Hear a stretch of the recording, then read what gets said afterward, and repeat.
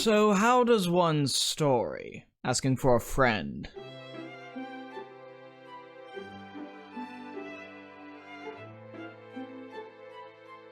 Alright.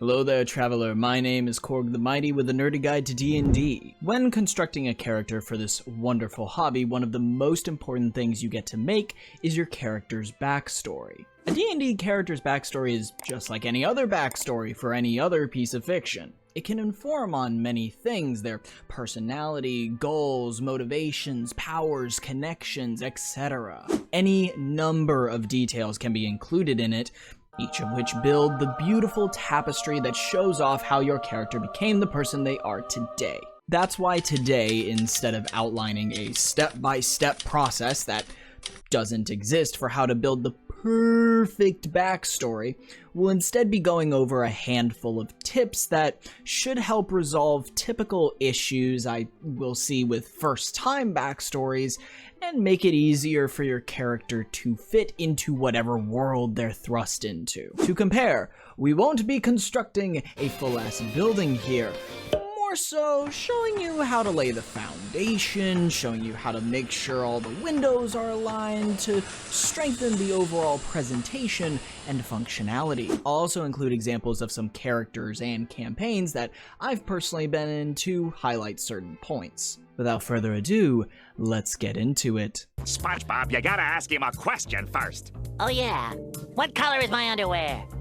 For those who've watched our video on building character sheets, you'll know that when creating a character, there's a lot of information your DM can provide. The same goes for when you're creating your backstory. For a lot of campaigns, your DM is meant to be a source of knowledge on the world you're about to be put into, as well as the quest you're about to go on. The world and the quest can be huge deciding factors on whatever backstory you end up making. For example, if the campaign takes place in an extremely sci-fi world and the characters are all tasked with performing an illegal heist on a casino, probably won't want to make a lawful good character who only uses medieval weaponry and was brought up like a caveman, unless you provide a lot of reasoning for why it makes sense for them to be there. Essentially, you should try to craft a backstory that makes sense within the world and quest your character is in. And you can only know if your backstory will make sense if you ask your DM some questions. The following are some common questions that I will ask my DMs before I even start thinking of a character. First, how much focus will there actually be on roleplay in comparison to combat? I've been a part of campaigns that have pretty much been only combat and campaigns that have been mostly roleplay, and I can say from personal experience that it can affect the backstory that you make, if you even need to make a backstory at all. Oftentimes, if a campaign is going to be very combat focused, I won't spend as much time building the backstory because there's less of a chance of it getting brought up, unless I just want to have some fun. Now is also a good time to add in a handy disclaimer. Your DM might not have all of the answers to these questions when you ask. If they do happen to have answers, great. I just find it a bit easier to build out a backstory from there. Number 2, what level should the character start at? Not only is this question very necessary from the technical side of actually building your character, but it also is necessary for the backstory because it tells you what level of expertise your character has. If your character is starting at level 1, the implication is that they have some skill to become an adventurer, but they haven't done really many massive feats yet. However, if they're level 10, that means they're pretty dang strong, assumably.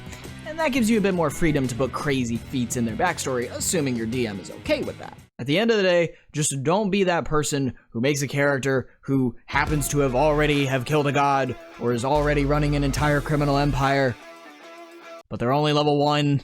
Still, that's probably not gonna net out well. Number 3, are there any races or classes in the world that just don't exist for whatever reason? Or are there any stipulations placed on certain races and classes that you need to be aware of? For example, let's say in a campaign you're doing, there are indeed clerics in the world, but all of the clerics in the region where your character is from only worship one specific god, not a whole pantheon. This is a world-building detail that your DM should let you know about, especially if you choose to play a cleric, because that means that they either worship that god that everybody else worships, or if they worship another god, they're seen as a heretic, probably. So yeah, ask your DM if there are any unique quirks about certain races or classes that you would know about or need to know about. Very important. Number 4, are there any story elements that need to be a part of your character's backstory in order to connect them with the quest? For example, in the sci-fi plot that I mentioned earlier, let's say your DM makes it mandatory for each character to have some reason in their backstory to have bad blood against the casino owner. This is an example of a story element specific to this campaign that needs to be in your backstory in some way. The actual advantage with these things is that they can almost help you craft the rest of your backstory from there. Think of making a backstory like setting out to sea.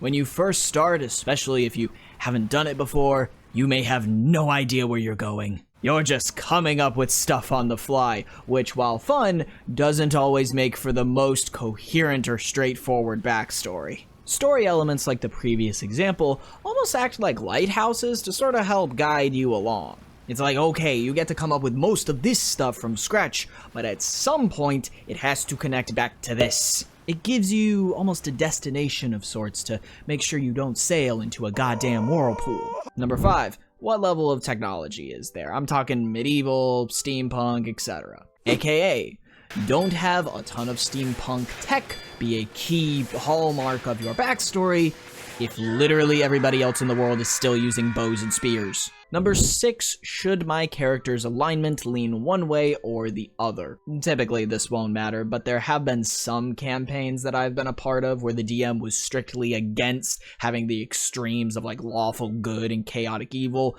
simply due to the nature of what the party was going to be doing during the quest. And finally, are there any other triggers from the rest of the party that you need to be aware of? Essentially, while you might be comfortable with topics like drug use, assault, etc. coming into play in your backstory, the other real-life people at the table might not be so inclined. It is a good idea, hell, I would say a mandatory idea, to check with the people you're going to be playing with ahead of time to see what they might be uncomfortable with to ensure a safe experience while playing. And those are the typical questions I will ask before I even start coming up with a character. But let's say you got done asking your DM those things, you might have even gotten some answers. What now? Well, this is when you typically start looking for inspiration. A shard of creativity, a single raw idea that you can whittle down into the form of your character. However, even with the answers from the DM, some players might still be at a loss for potential ideas for new characters, especially if you're new. If you find yourself in this spot, then my recommendation is to... Welcome to the internet. Have a look around. I'm gonna break it down for you. Pinterest, Google Images, Instagram, and yes, on occasion, even the dark halls of Reddit, but only if I get to take a shower afterwards. These are the sites I will visit if I am seeking inspiration for a new character, and I'm going to show you how I use them. With Pinterest and Google Images, it can often be as simple as just searching up D&D character and then perusing through the trove of potential character ideas for you to implement. Here's a tip. Find one that makes you think, gee, I wonder how they ended up like that. Because that's the cool part.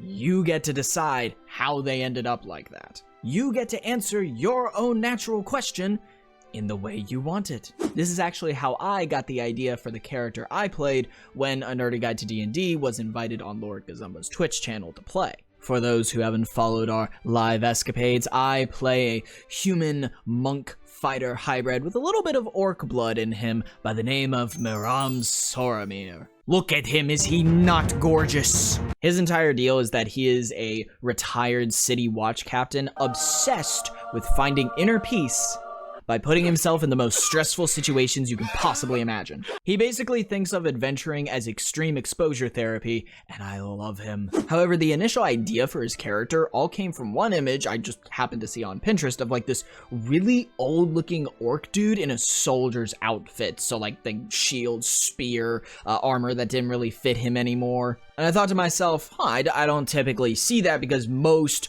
half-orc or orc art I do see is like ripped to the 9 yards, each bicep the size of my head. So this caught my eye and I began thinking, what if I built a character from this? Okay, we want him to be on the older side of things, but he'd probably get discharged by that point, so maybe he's on a journey of self-discovery of some kind after leaving the military. Oh my god, it would be hilarious if he was like a monk or something, like immediately going on a spiritual journey after the hard life of a soldier, just the two clashing vibes. I found absolutely hilarious, and you can kind of see how he got to where he is today from that. Please note, there is a difference between inspiration and stealing. If you're making a character for a private game amongst friends, do whatever the hell you want. But if you're using this character for something like a live stream that is monetizable, don't just copy and paste someone else's character. As you can see, Maram went through a good many revisions before he actually came to the table. One, because he needed to fit within Lord Gazumba's world a bit better, and number two, because I wanted him to be creatively distinct from the image that inspired him. And I mean, all art is inspired by other art to begin with, but there is a difference between inspiration and downright theft. I know we all love to play rogues here, but keep that to the table. I really don't need anyone at any time, ever, because I'm totally awesome. Now, it is no secret that D&D, for the most part, is a team-based game.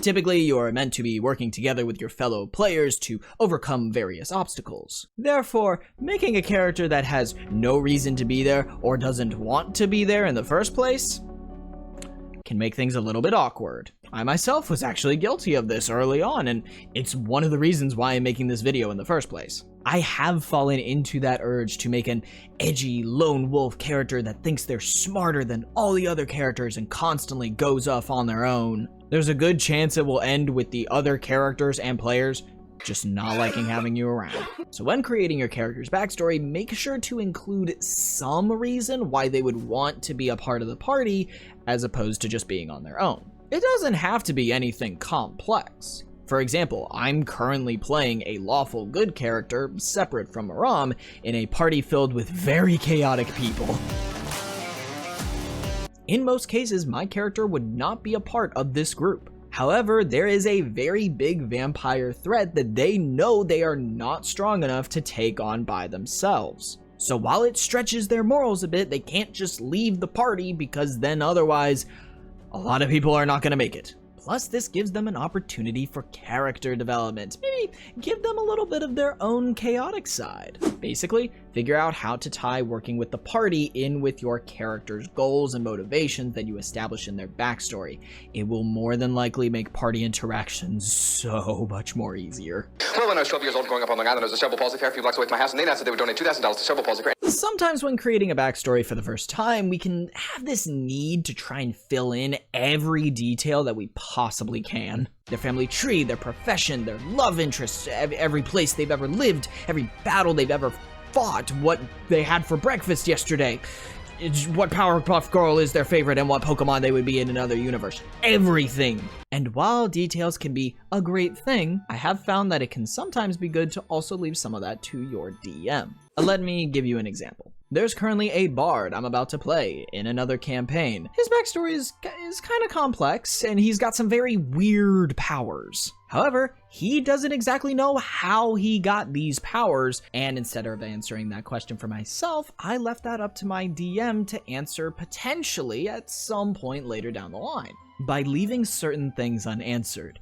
you give your DM a piece of your backstory to play around with, to weave into their narrative however they like.